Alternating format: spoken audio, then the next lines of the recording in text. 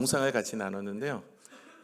제가 매주 목요일 날 생방송으로 극동방송에서 방송을 하는데 이분이 협찬을 해주셔가지고 선물을 드리게 돼요.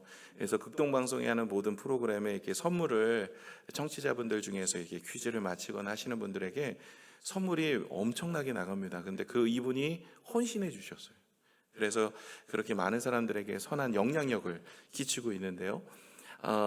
이분은 정말 하나님 앞에 구원의 은혜를 입고 이 땅에 살면서 하나님의 영광을 어떻게 하면 돌려드릴까 이런 생각을 하고 살아갑니다.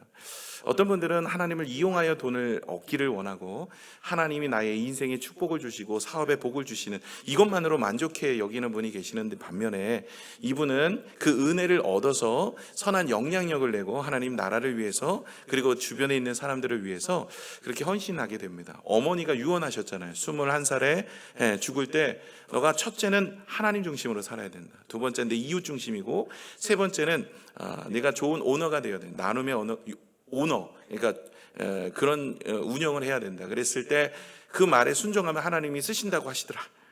그 말에 순종하였더니 하나님께서 그의 인생을 귀하게 쓰셨다라는 것을 보게 됩니다. 저와 여러분도 하나님 앞에 쓰임받는 인생이 되었으면 참 좋겠습니다. 하나님 나라를 위해서, 하나님 영광을 위해서 나에게 영생을 주셨는데 그 영생을 주신 하나님 앞에 은혜를 입은 자가 은혜를 갚을 수 있도록 이 땅에서 하나님 앞에 영광을 돌릴 수 있는 믿음의 삶을 살아가는 믿음의 성도들 다 되시기를 축복합니다. 우리는 계속해서 그 은혜를 오늘 말씀을 통해서 나누고 있는데요. 성막에 대한 이야기를 함께 나누고 있죠. 성막 어렵죠? 많이들 이야기하시더라고요. 성막 재정 어렵다고. 언제 성막 끝나냐고. 저도 기다려지고 있습니다. 그렇다고 막 지나갈 수는 없지 않습니까? 어려워도 해야 되는데, 근데 문제가 생겼어요. 오늘이 제일 어려워요. 오늘 설교 준비하다가 정말 이거 어떻게 하면 좋을까 고민 많이 하고 기도 많이 해서 준비해냈는데 오늘 설교가 사실은 제일 어렵습니다. 그래서 정신을 집중하셔서 보셔야 됩니다.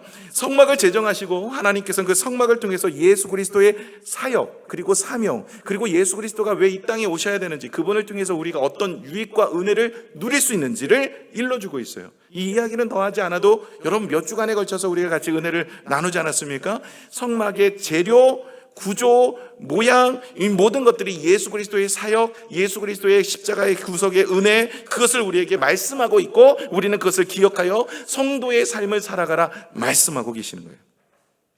성막에서 일하는 대제사장들, 그 제사장의 옷에 대한 모습들도 우리가 같이 나눴죠. 우리의 영원한 대제사장이 누구이실까요? 예수 그리스도이십니다. 그분을 바라보면서 대제사장 아론의 옷을 하나님 그렇게 지어 입히셨어요. 그 디자인은 하나님의 속뜻이 들어가 있어요. 의미가 있다고 말씀을 드렸고, 색이나 구조나 모양들 여러분에게 다 설명해 드렸습니다. 그리고 그 대제사장이 지난주에 어떤 사명을 가지고 그 일들을 감당하는지, 우리가 어떻게 그 일들을 이루어 가야 되는지에 대해서도 함께 나누었습니다. 이제는 무엇에 대한 이야기냐면 이 성막에 있어서 하나님 앞에 생명의 속전을 드리는 이야기를 함께 나누고자 합니다. 이 속전이라는 것은 은 반세계를 성인 20세 이상 모든 사람들이 하나님의 회막에 나올 때 그 은 반세계를 내야 됐어요. 그리고 그 낸 것을 가지고 이 회막을 위해서 사용되었어요. 그럼 이 의미는 도대체 무엇인가라는 것에 대해서 우리가 집중해 보셔야 한다라는 거예요.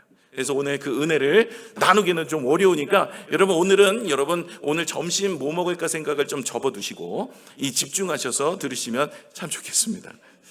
이 교회 처음 오시면 제일 먼저 이게 맞닥뜨리는 게 이게 언어적 단어에 대한 부분들이 좀 어려워요. 교회에서 쓰는 단어들이 세상에 쓰는 단어와 좀 달라요. 특별히 어떤 단어가 어렵냐면 구속이라는 단어예요. 하나님이 우리를 구속하여 주셨어요. 그죠? 믿으십니까? 근데 처음 교회 나오시면 아니 하나님이 왜 나를 구속해? 내가 무슨 죄 졌어? 왜 나를 구속해? 뭐 이렇게 이야기해요. 여러분 세상에서 구속한다 그러면 뭐예요? 죄진 사람이 이제 깜빵 들어갈 때 구속당에 들어가는 거예요. 근데 기독교의 구속은 그 의미가 아니에요. 십자가의 보혈의 피로 우리 죄를 대속하여 주신. 그래서 하나님께서는 우리의 모든 죄를 대신 지시고 죽으셨어요. 그래서 우리는 이제 죄에서 사망해서 영생 얻은 자가 된 것입니다. 이것이 구속입니다. 그래서 우리가 구원의 은혜, 그것을 이룬 것이 바로 구속의 은혜라고도 이야기하죠. 저와 여러분은 구속받으신 줄로 믿습니다. 하나님 앞에 죄에서 구속된 감방에 들어가는 인생이 아니라 죄와 사망에서 우리를 자유인으로 해방시켜 주신 거예요. 그 이야기가 쓰여 있는 게 뭐예요? 출애굽기예요. 이 출애굽기는 말 자체가 제목이 출애굽기입니다. 애굽에서 나온 이야기. 근데 이 애굽에서 나온 이야기를 영적으로 풀어보면 죄에서 해방된 이야기, 죄와 사망에서 해방된 이야기, 사단의 권세에서 해방된 이야기입니다. 그래서 이 이스라엘은 애굽에서 400년 동안 종살이하던 그들이 하나님께서 그들을 택하셔서 인도하여 내십니다. 구원하여서 내십니다. 구속하여 내십니다. 그의 인생은 이제 자유인이 된 거예요. 이와 마찬가지로 우리의 삶은 이제 죄 가운데, 사망 가운데, 사단의 권세 밑에 있다가 하나님의 백성들이 하나님 앞에 택정함을 입고 나온 겁니다. 그 이야기가 출애굽기는 이스라엘 배경을 가지고 이야기하고 그것이 영적인 의미는 우리에 대한 이야기예요. 그래서 출애굽을 한 사람들, 이제 예수 믿고 십자가의 구속의 은혜를 믿은 사람들이 나와서 이제 출애굽기 20장에 들어가서 하나님과 언약을 맺죠. 시내산 언약을 맺고 그들의 인생을 하나님이 성막을 제정하셔서 지키시고 보호하시고 은혜를 주신다는, 어떻게 살아야 될지도 그것에서 말씀하고 있는 거예요. 그래서 출애굽기는 이 구속의 은혜를 다루고 있는 이야기예요. 우리가 읽고 있는 내용들은 바로 죄와 사망에서 사단의 종로로 타던 우리가 하나님이 택하셔서 우리를 구원하여 주시고 우리가 죄와 사망에서 생명으로 옮겨진 이야기를 하고 있는 내용이 오늘 우리가 읽고 있는 출애굽기의 내용인 거예요. 그런데 오늘 보시면 이 속전에 대한 이야기가 나와요. 속전, 하나님 앞에 속전을 드리는 거예요. 이거는 은합니다. 반세계를 드리는 거예요. 이것이 어디 쓰이냐면 여러분 성전 구조에 보시면 널판 밑에도 쓰였고 고리에도 쓰이고 막 이러잖아요. 이전에 다 설명했고 사진도 보여드렸는데 그 써요. 그게 여기 이제 이걸 가져가지고 수리를 하고 보수를 하고 거기를 채워놓고 그리고 그거 가지고도 운영도 하고 그러면서 이 하나님의 성막을 이렇게 운영할 수 있도록 만들어가는 거예요. 성도들이 그렇게 헌신하고 수고하는 것으로요. 그런데 이것이 의미가 있다라는 거예요. 의미가. 이것을 하나님은 말씀으로 세상도 창조하신 분이기 때문에 사실은 이 성막을 이루어가는 모든 것들도 하나님이 채우시고 입히시고 먹이시고 모든 것도 할 수 있는데 왜 이것을 드리라고 하시는가? 오늘도 그 은혜 가운데 우리가 생각해 보아야 될 묵상의 모습들이 있더라는 거죠. 여러분 출애굽할 때 제일 마지막이 10번째 재앙 유월절입니다. 이 유월절은요, 예수님께서 우리의 모든 죄를 대속하여 십자가에 달려 죽으신 것을 의미합니다. 유월절이. 이 장자의 죽음이라는 것을 넘어간다, 유월되었다라는 뜻이 바로 이 유월절인데 그때는 어떻게 유월됩니까? 죽음이 어떻게 넘어갑니까? 어린 양의 피를 문설주에 바르면 그 문설주에 바른 어린 양의 피로 인하여서 죄값이 넘어간 거예요. 죄값이 치러진 거예요. 이 죄값이 치러졌다라는 게 속전입니다. 이 죄값이 속전이에요. 그러니까 죄값이 치러진 것이 속전인 거예요. 그러면 이 속전의 참된 의미는 무엇일까요? 예수 그리스도의 보혈의 피인 거예요. 이 보혈의 피가 우리의 죄를 사하여 주셨다. 이것이 바로 속전이라는 거예요. 사실 이 물질을 드리는 거예요. 속전이라는 것은 은 반세계를 드리는 거지만 그것은 모형적인 거예요. 그 내용적인 영적인 것은 예수님의 보혈의 피를 상징하고 있는 거예요. 그것을 드리면서 상기하게 되어진 거예요. 우리 믿음의 사람들이 구원을 받았어요. 이제 구원받은 자가 하나님을 어떻게 해야 됩니까? 예배해야 돼요. 예배를 하는 모습이 무엇입니까? 세상을 창조하시고 주관하신 분이 하나님이라는 것. 그것을 알고 우리는 예배합니다. 죄와 사망에서 생명으로 구원해 주신 것. 그것을 알고 오늘도 예배하는 거예요. 그 은혜가 우리 가운데 있다라는 것. 그 은혜의 감사함을 가지고 하나님 앞에 속전을 드리는 거예요. 오늘 성경에 보시면 누가 드립니까? 이스라엘 백성들을 계수하라 그랬어요. 숫자를 세래요. 그리고 나서 이 20세 이상 모든 된 사람들은 반세계를 드리게 되어 있어요. 이 반세계는요, 일반 사람들이 나가서 4일 노동하는 게 한 세겔이거든요. 그러니까 거기에 2일치입니다. 2일치. 그러니까 누구나 다 가난한 자, 부한 자도 다 드릴 수 있어요. 그런데 많이 드리지 말고 딱 정확하게, 부자라고 많이 드리지 말고 가난하다고 적게 드리지도 말고 딱 정확하게 반세겔만. 이건 모든 사람들의 죄에 대한 의미를 이야기하고 있기 때문에 감사하면 다른 것들은 다른 헌금은 많이 낼 수 있어요. 그런데 이 성전에 있는 속전만큼은 이게 반세겔로 딱 정해져 있는 것입니다. 그런데 오늘 12절을 읽어보시면 재미난 이야기가 나오는데 한번 같이 읽을게요. 시작. 내가 이스라엘 자손의 수요를 조사할 때 조사받은 각 사람은 그들을 계수할 때 자기의 생명의 속전을 여호와께 드릴지니 이는 그들을 계수할 때 그들 중에 질병이 없게 하려 함이라. 속전을 드리는 이유가 나와 있어요. 무엇이 없게 하려 한다고요? 질병이 없다. 야, 이러고 보니까 하나님께서 질병을 없애려면 반세겔의 속전을 드리라고 하는구나, 이렇게 이해를 하시는 분들이 계십니다. 근데 여러분 여기에 보시면 여기 질병이라는 단어가 네게브라는 단어인데, 이 단어는요, 이 질병뿐만 아니라 오녀, 이것도 뭐 질병, 전염병이기도 하죠. 그러나 또 다른 의미가 있는데 심판을 의미합니다. 사실 한국 개역 개정판을 읽다 보면 이렇게 조금 내용적인 부분들이 명확하게 드러나지 않은 부분들이 몇 가지가 있어요. 더 플러스해서 질병도 맞아요. 온역도 심판의 의미 중에 하나죠. 그런데 여기에 정확한 의미는 심판을 받는 거예요. 너희가 이거를 다시 해석하면 이것입니다. 너희가 성전에 올 때 그냥 빈손으로 오는 게 아니라 하나님 앞에 반세겔로 하나님 앞에 속전을 드리는데, 이것을 드림으로 인하여 너희가 심판을 받지 않게 되어지는 것이다, 이 얘기를 하고 있는 거예요. 그런데 이 이야기가 참 우리가 읽게 되어지면 이게 그럼 그냥 나오는 사람들은 뭐고, 그리고 또 이전에 냈던 것은 뭐고, 이런 의미들에 대해서 좀 오해가 있어서 아더 핑크라는 분이, 신학자가 이 두 가지의 이 본문의 내용이 좀 어렵다고 이야기합니다. 첫 번째가 뭐냐면, 과거의 애굽에서 어린 양의 피, 벌써 6월절을 지나서 온 사람들 아닙니까? 홍해를 건너서 온 사람들 아닙니까? 그런데 하나님께서 왜 이 성막에서 다시 이 생명의 속전을 내어서 그들을 대속의 은혜 가운데 나가게 하시는가? 이건 이해하기가 좀 어렵다. 그러면 구속받은 우리가, 구원받은 우리가 다시 속전을 내어서 또 다시 구속을 받아야 되는가 하는 부분이 문제고요. 두 번째 문제가 뭐냐면, 베드로전서 1장 18절에서 19절에 보시면 은이나 금으로 구속받지를 못한다라는 이야기를 합니다. 우리 같이 한번 읽을게요. 시작. 너희가 알거니와 너희 조상이 물려준 헛된 행실에서 대속함을 받은 것은 은이나 금같이 없어질 것으로 된 것이 아니오, 오직 흠 없고 점 없는 어린 양 같은 그리스도의 보배로운 피로 된 것이니라. 아멘. 사실 이 부분은 이제 영원한 대속의 은혜, 우리가 속전을 드렸던, 은금으로 드렸던, 하나님 앞에 드렸던 그 예물의 모든 것이 예수 그리스도로 완성이 되어지는 그 은혜를 이야기하고 있는데, 거기 보면 은이나 금으로 이 대속의 역사가 이루어지지 않는다고 이야기하는데, 반세겔을 그럼 왜 내라고 하느냐? 안 된다고 하면서 왜 이거를 굳이, 이거 없어도 하는데 왜 이거를 굳이 매번 내라고 말씀하느냐? 6월절에, 그리고 그 이스라엘 백성들은 1년에 3번씩은 꼭 예루살렘 성전을 가야 돼요. 그래서 돈을 바꿔서 하나님 앞에 드리죠. 그렇게 해서 하나님 앞에 돈을 바꿔서 하나님 앞에 이렇게 세겔로 드리게 되어지는데, 이것은 무엇을 의미하냐면 반복적 교육입니다. 그것을 냈다고 해서 구속을 받았다 안 받았다가 의미가 아니라 반복적 교육, 구속받은 자가 그것을 기념하면서 감사하면서 계속 하는 거예요. 그러면 나의 모든 죄는 예수 그리스도의 십자가의 구속의 은혜로 구원받았다라는 은혜의 모습을 감사하면서 계속 행하는 겁니다. 뭐하고 동일하냐면 성찬 예식하고 비슷합니다. 여러분, 성찬 예식을 우리가 하잖아요. 떡과 포도주를 가지고 주님 오실 때까지 기념하라 하셨습니다. 그것을 먹고 마시면서 예수 그리스도의 십자가를 기념하는 거예요. 마찬가지입니다. 우리 이 속전을 통해서 이스라엘에게 하나님은 무엇을 이야기하냐면, 너희가 잊지 마라. 언제나 하나님을 바라본 믿음 안에 서라.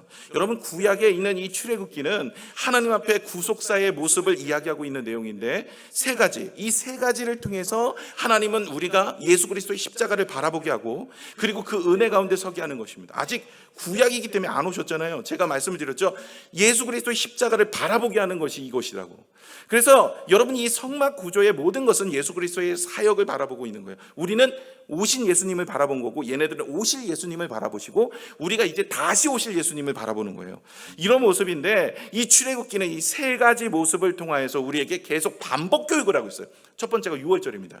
이 6월절을 통해서 어린 양의 피를 문설주에 바르는 6월절을 이스라엘 백성들이 행하게 되어지는데, 이것을 통해서 예수 그리스도가 우리의 모든 죄를 대속하여 십자가에 달려 죽으시고 우리를 구원하신 것에 감사하는 것. 또한 하나님의 성전에 나올 때마다 은 반세겔을 내면서 이것이 예수 그리스도의 속전, 예수 그리스도의 피로 인하여 우리가 제사함을 얻었다라는 은혜. 그리고 제사를 통하여서 그들이 흘린 피, 그러니까 제사가 이제 양이나 소나 흠없는 것들을 잡아다가 그 사람의 죄를 짚어 씌워서, 그리고 그 죄를 태워버리잖아요. 뿔이나 그 제단에 바르고 피를 바르고 그 다음에 그것을 태워버려 번제로 드리잖아요. 이것을 통해서 예수 그리스도가 우리의 죄를 대속하여 십자가에 달려 돌아가셔서 우리에게 영생을 주신 은혜, 이 세 가지가 계속 반복이 되면서 우리에게 무엇을 일러주시냐면 바로 예수 그리스도만이 우리를 구원케 하시고 생명을 주시는 분이라는 것을 이야기하고 있는 거예요. 유월절, 하나님께 드리는 속전, 그리고 제사, 이것이 바로 예수 그리스도에게 나아가게 하는, 그리고 예수 그리스도가 우리의 모든 죄를 대속하여 주셨다는 것을 깨닫게 하고 알게 하는 믿음의 모습입니다. 자, 이제 이 내용을 이렇게 용합해 보겠습니다. 여러분, 우리가 하나님 앞에 나아가는 거예요. 이 회막 앞에 나아갈 때 이런 마음으로 나아갑니다. 우리가 제사를 드리는 걸 예배라고 하죠. 우리를 부르신 거, 하나님이 우리를 속전을 통해서 구속하여 주셔서 영생을 주셨어요. 우리 믿음의 사람들, 하나님이 우리 택하셨어요. 우리가 해야 될 목적이 뭐예요? 예배라는 거예요. 예배. 그럼 예배를 드릴 때 속전을 드리면서 주님 앞에 나오는데, 이 속전의 의미가 뭐예요? 예수 그리스도가 우리의 모든 죄를 대속하여 주셨다라는 거예요. 그러면 저와 여러분이 오늘도 이렇게 예배를 드리러 나오셨어요. 그냥 앉아 계시다가 가는 분들도 계시지만, 하나님이 기뻐하시는 예배는 어떤 예배냐면, 예배를 드릴 때 예수님께서 우리의 모든 죄를 대속하여 주셨고 우리에게 영원한 생명을 주셨다는 것을 아는 것이 바로 참된 예배자의 모습이라는 거예요. 요한복음 4장 23절에서 24절의 말씀을 한번 읽겠습니다. 시작. 아버지께 참되게 예배하는 자들은 영과 진리로 예배할 때가 오나니 곧 이때라. 아버지께서는 자기에게 이렇게 예배하는 자들을 찾으시느니라. 하나님은 영이시니 예배하는 자가 영과 진리로 예배할지니라. 영과 진리로 예배가 어떤 거냐는 거예요. 이 진리가 뭐예요? 진리가 복음이에요. 복음의 말씀이죠. 복음의 말씀은 예수 그리스도입니다. 예수 그리스도가 행했던 십자가의 보혈의 은혜입니다. 그것이 바로 속전인 거예요.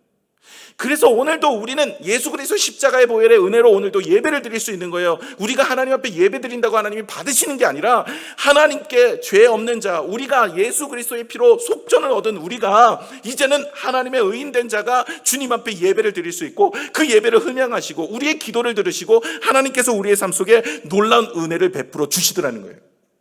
그러므로 오늘도 우리의 마음속에 뭐가 있어야 될까요?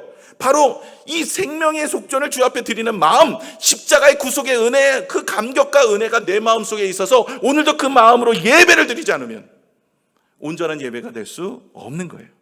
다시 말해, 주님 앞에 나오는 모든 예배자들은 이와 같이 이 속전의 마음을 가지고 주님 앞에 나오는 거예요. 지금 우리는 이제 예수 그리스도가 모든 것을 해결해 주셨기 때문에 굳이 단번에 이 속전의 해결을 보셨어요? 우리는 오신 예수 그리스도를 보고 있기 때문에 마무리가 됐지만, 주님 앞에 그러나 헌물도 드리죠. 오늘도 우리가 11조도 드리고 감사헌금, 건축헌금 이런 헌금들을 드립니다. 왜 드립니까? 하나님이 없어서가 아닙니다. 우리의 마음을 드리는 것, 구속해 주신 은혜, 물질을 주신 은혜, 직장을 주신 은혜, 하나님이 주신 인도, 하나님의 구원의 역사, 그리고 그 영생을 주신 하나님을 감사함으로 드리는 모습들이 되는 거죠. 저와 여러분이 이런 믿음의 예배자가 되셔서 십자가의 구속의 은혜를 마음에 품고 하나님 앞에 예배드리는 여러분 되시기를 부탁을 드립니다. 그래서 여러분, 오늘 이 자리에 예배를 받으시는 하나님, 누구를 찾아요? 신령과 진정으로 예배하는 자를 찾으셔요. 바로 십자가의 구속의 은혜의 감격을 잊고 나오는 예배자를 찾으시는 거예요. 저와 여러분이 그런 예배자가 되시기를 축복합니다. 두 번째는, 이게 하나님 앞에 드리는 이런 모습 속에 오늘 12절에 중요한 이야기가 나오는데, 모세에게 하나님이 말씀하시기를 자손의 수요를 조사하고 그 사람을 계수하래요. 계수.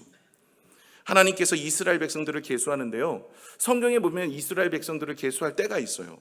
민수기의 처음과 민수기의 마지막, 그러니까 광야 들어갈 때와 광야 마지막 나올 때, 그렇게 계수도 하고, 오늘도 보시면 이 하나님 앞에 이 성전에 들어가 성인 남녀 20세 이상 되어지는 모든 남성 성인들, 그 성인들이 이제 하나님 앞에 계수를 받아서 그렇게 숫자를 세워서 그렇게 나아가게 되어지는데, 이건 영적인 의미가 있어요. 이렇게 계수한다라는 건. 여러분, 아무나 계수하는 게 아닙니다. 주인이기 때문에 계수하는 거예요. 그리고 이 계수는 잘못하면 큰일 납니다. 위대한 지도자였던 모세도 위임을 받고 계수하지 자기 임의대로 사람을 계수하지 않습니다. 위대한 왕이었던 다윗도 이것 때문에 곤욕을 치러요. 하나님 앞에 계수할 때 계수해야지 하나님의 백성 아무나 계수하는 게 아닙니다. 계수한다라는 이야기는 그 계수하는 자가 주인의 물건이라는 그 물건의 주인인 거예요. 내가 어떤 것을 계수해요? 그러면 그 계수의 주인이 있는 거예요. 예를 들어 이겁니다. 제 지갑에 돈이 있어요. 제 지갑에 돈을 제가 세고 있어요. 그러면 그 지갑의 주인이 누구예요? 제 거죠. 제 거니까 제가 세죠.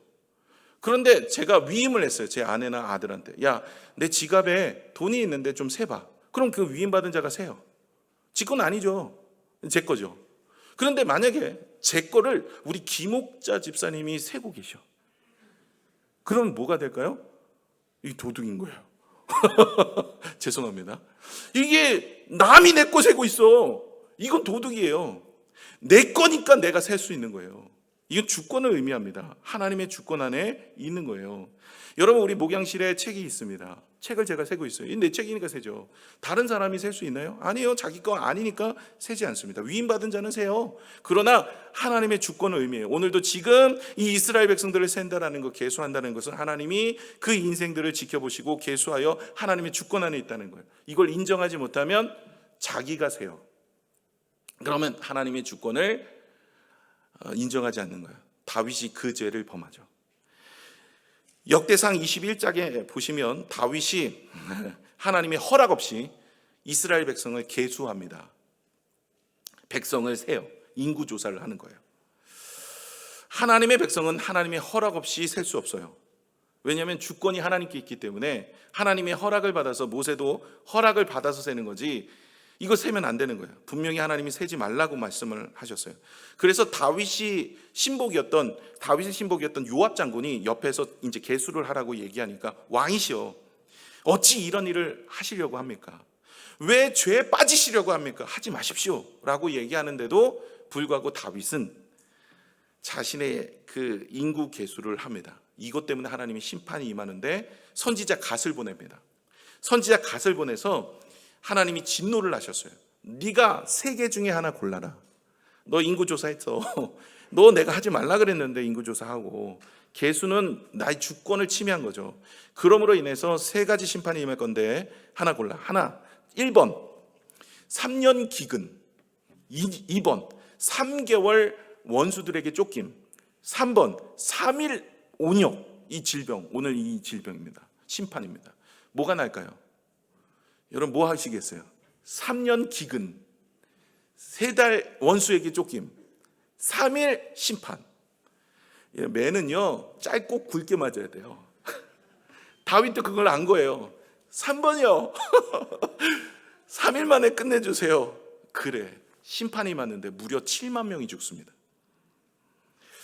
인구조사 하나가 뭐가 그렇게 대단하다고, 인구조사 했다고 사람이 이렇게 죽어가게 하면 안 되고 심판을 하시느냐. 이건 하나님의 주권 안에 있다라는 의미인데, 다윗이 자기 맡겨준 거지 자기 건 아닌데 자기 것처럼 생각을 하고 계수를 한 거예요. 그것을 바라보면서 자기가 위안도 느끼고 나의 세도 얼마인지를 보고 또 하나님 앞에서 위임받은 자가 주권을 침해한 거죠. 그래서 심판이 임한 겁니다. 다윗이 회개합니다. 오르난의 타작마당에서 번제와 화목제를 드리면서 이 재앙이 멈춰지게 됩니다. 여러분, 하나님이 우리를 세고 계세요. 계수하십니다. 믿음의 사람들은 이 심판을 주려고 세는 게 아니라 하나님은 우리에게 복을 주시기 위해 세십니다. 그리고 하나님은 한 분 한 분도 여러분 아무리 바빠도 여러분의 기도를 놓치지 않습니다. 전지전능하신 하나님은 미국에 있는 성도들의 기도도 들으시지만 한국에 있는 여러분의 성도도 들으십니다. 그래서 여러분, 내 기도까지 하나님 바쁘신데 들으실까? 걱정하지 마세요. 하나님은 여러분의 기도를 귀를 기울이고 계십니다. 하나님은 계수하고 계세요. 한 분 한 분을 여러분을 바라보고 계시는 줄로 믿습니다. 두 번째는 이 계수한다는 의미가 통치권, 명령권을 의미합니다. 하나님의 세상을 통치한다, 이 뜻이에요. 계수한다. 다니엘서 5장에 보시면 나오는 이야기입니다. 바벨론의 마지막 왕이 있어요. 벨사살 왕입니다. 이 바벨론의 마지막 왕, 이 시대, 이 다니엘서 5장은요, 북쪽 이스라엘의 멸망은 벌써 했고 남쪽 유다가 바벨론의 포로로 끌려갑니다. 이게 그때 끌려갔던 사람들, 여러분 잘 아는 다니엘과 세 친구, 이때 포로로 끌려가죠. 그때 왕이 있는데 느부갓네살 왕이에요. 그리고 이제 벨사살은 이제 바벨론 마지막 왕인데, 이 벨사살 왕이 술을 마시다가 무슨 생각을 했냐면, 우리 선조 느부갓네살 왕이 그 예루살렘을 점령하다가 성전에 있는 그 성물들 그거 다 갖고 왔는데, 그거 가져다가 거기다 술 따라 마시면 엄청 맛있겠다. 그거 갖고 와. 근데 이 사람도 참 그냥 마시지. 그거를 또 거기다 따라 마시면 뭐가 좀 더 괜찮은지 그거 갖고 와. 그래갖고 하나님의 성전에 쓰는 성물에다가 술을 따라 마십니다. 그 술을 따라 마시는 중에 하나님의 손이 나옵니다. 벽에다가 뭐라고 쓰냐면 메데 데겔 우바르신 이렇게 쓰고 사라진 거예요. 메데 데겔 우바르신이라고 쓰고 사라지니까 이게 무슨 뜻인가 싶은 거예요, 이 벨사살 왕이. 그래서 이 다니엘을 부릅니다. 이게 무슨 뜻이냐 그랬더니 다니엘 해석을 해줘요. 메데, 이건 세다라는 뜻입니다. 데겔, 무게를 재다라는 뜻입니다. 당신의 제 무게를 쟀습니다. 그리고 우바르신, 나누다라는 뜻입니다. 당신은 하나님께서 세어보았는데, 계수해보았는데 생명이 끝났습니다. 그리고 함량 미달이기 때문에 이 나라는 오늘로 두 개로 나눠질 것입니다. 그날 저녁 이 벨사살은 죽고요, 메데바사가 쳐들어와서 그 나라가 없어집니다. 여러분, 바벨론 제국은 대단한 나라였어요. 그런데 그 제국이 하루아침에 하나님의 성전의 컵에 그거 마셔서, 이름도 그래서 이런 거예요. 하나님 앞에 사살됐어요, 이 벨롬이. 벨사살. 뭐 그런 뜻 아닙니다. 잘 들으셔야 돼요. 그래서 여러분, 이게 하나님 앞에 이렇게 심판을 받아 그 인생 끝난 겁니다. 여러분, 하나님이 세상을 통치하고 계시다라는 뜻이에요. 하나님은 계수하고 보십니다. 여러분, 우리가 믿음의 사람들은 이 계수함을 두려워할 필요가 없어요. 왜냐하면 믿음의 사람들, 하나님이 택한 사람들은 하나님이 한 분 한 분을 계수한다는 얘기는 하나님이 지키신다, 하나님이 아신다, 하나님이 보호하신다, 하나님이 붙드신다, 이 뜻입니다. 이 벨사살은 믿지 않는 사람이기 때문에 이런 심판을 받았지만, 그러나 우리가 하나님의 주권 안에 있고 하나님의 은혜 아래 있고 하나님이 우리를 계수하여서 우리의 인생을 붙들어 주시는 줄로 믿습니다. 신약에도요, 이 계수하는 모습들이 좀 나오는데요, 디모데후서 2장 19절에 한번 읽어보겠습니다. 시작. 그러나 하나님의 견고한 터는 섰으니 인침이 있어 일렀으되 주께서 자기 백성을 아신다 하며 또 주의 이름을 부르는 자마다 불의에서 떠날지어다 하였느니라. 우리 계속 이어서 있죠? 더 20절 없나요? 인침이라는 단어가 있어요. 여기 인침은 뭐예요? 인을 쳐준다. 그래서 여러분 다 인을 맞은 분들입니다. 누구의 인, 누구의 도장을 받았어요? 하나님이 너는 내 거야 라고 도장 찍어주셨어요. 여러분은 하나님의 것인 줄로 믿습니다. 하나님이 여러분의 인생을 다 계수하셨어요. 그래서 여러분, 신천지가 뭐 그런 얘기 하잖아요. 14만 4천 들어가야 된다, 뭐 이런 요한계시록의 이야기를 드리는데 여러분 풀어드리겠습니다. 요한계시록 7장 4절에 보시면 이런 이야기가 나옵니다. 함께 읽겠습니다. 시작. 내가 인침을 받은 자의 수를 들으니 이스라엘 자손의 각 지파 중에서 인침을 받은 자들이 14만 4천이니 14만 4천이 다 들어가야 돼요. 그래갖고 온 이 나라를 12개 지파로 나눠가지고 어디 지파 14만 4천 거기. 여러분, 옛날에 14만 4천 다 지났어요. 그렇게 숫자적으로 본다면. 요한계시록은요, 이런 숫자적인 것으로 보는 게 아니라 상징적 문헌이에요. 상징적 의미를 가지고 있는 성경입니다. 숫자도 상징이 있다라는 거예요. 그래서 그 상징을 가지고 보셔야 돼요. 그렇지 않으면 넘어지는 거예요. 신천지가 이걸 가지고 14만 4천을 사람들을 현혹하고 있는 겁니다. 자, 14만 4천에 대한 이야기를 좀 하면은 이렇습니다. 14만 4천 명이 어떻게 나오느냐? 이게 상징의 의미라 그랬죠. 앞에 12, 뒤에 12. 12 곱하기 12 곱하기 1000 하면 14만 4천이 나와요. 12가 구약의 12지파, 구약의 믿음의 전부. 신약은요, 이 12제자들이 복음을 전하기 때문에 그 복음을 전하는 사람들, 그러니까 신구약의 믿음의 사람들이고 1000이라는 숫자자들 수가 다 찼다, 이 얘기입니다. 그래서 여러분 14만 4천 명은요, 신구약의 모든 사람의 믿음의 수가 다 찬 겁니다. 그러면 때가 된 거예요. 그럼 주님이 이 땅에 오시는 거예요. 우리가 이제 다시 오실 주님을 바라보고 있잖아요. 요한계시록을 보시면 이제 승천하신 예수님께서 다시 오신다 그래요. 그때는 심판주로 오세요. 이제는 마라나타 주 예수의 어서 오시옵소서 주님을 바라보고 있는 거예요. 우리는 이제 심판주 다시 오실 예수 그리스도, 지금 이렇게 많은 전쟁의 위협 속에 이제 전쟁 나면 3차 대전 아마게돈 전쟁이라는데, 아마게돈 전쟁이 요한계시록에 나오는 전쟁 아닙니까? 그게 마지막 전쟁이에요. 그게 다면 주님이 이 땅에 오시는 거예요. 그래서 이게 뭐 세대적 종말론자는 아닌데, 이 시대를 보고 그 나무의 열매가 언제 필지도 알고 그런 모습도 안다고 하지만, 이 시대가 지금 마지막으로 가고 있습니다. 이제 그렇게 되면 주님이 다시 오실 텐데, 그때 이 믿는 자의 택함 받은 사람의 수가 차서 그때 다 틀림을 받게 되어지는 거예요.